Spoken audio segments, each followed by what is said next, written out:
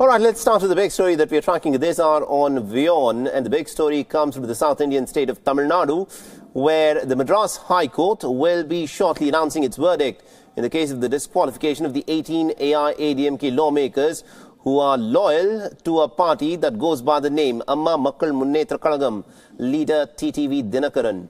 Now, the judgment is expected 4 months after a split verdict in the case by a division bench which maintained the status quo in the Tamil Nadu Assembly.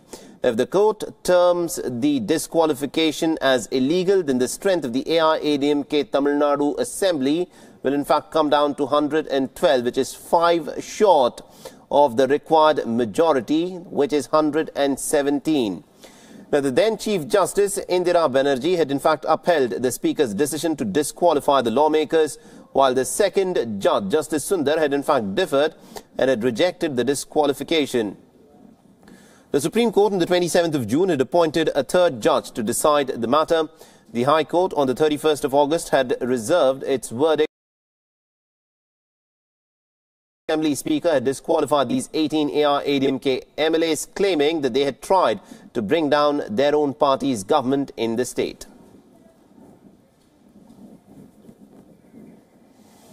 So at this point of time, this is how the numbers stack up in the 234-member assembly. In fact, there are, excluding the nominated member house, there are 2 vacancies as well. In Thiruvarur, which was earlier represented by M. Karunanidhi, who recently passed away, and also MLA A.K. Bose, who died early in the month of August. Now, in case the 18 MLAs disqualification is upheld, now this is where the government can survive with 107 votes as the majority.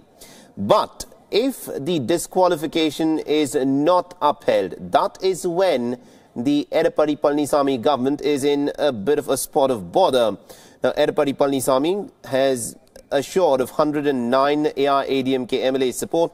Now, in case of a tie in voting, then EPS can count on the Speaker's support as well. So it's going to be very interesting to see as to what, of course, will be the verdict that will be first pronounced by the Madras High Court. And for more on this, we're joined by our correspondent, Siddharth MP, who's been tracking all the developments for us very closely from the city of Chennai. Good morning to you, Siddharth. So there are some important developments that are taking place today in Tamil Nadu. Bring us up to speed as to what is expected to happen today.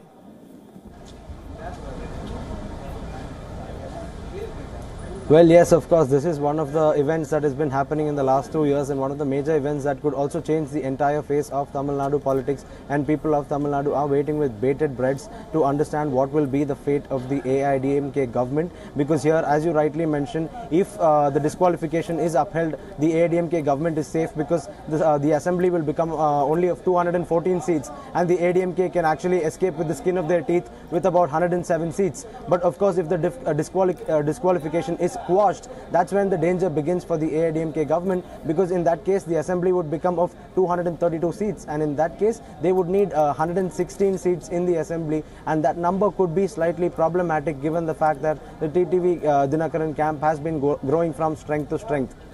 All right, we'll have to leave there. Thank you very much indeed, Siddharth, for joining us and getting us the latest. We'll of course come back to you as the verdict, of course, is announced in Tamil Nadu.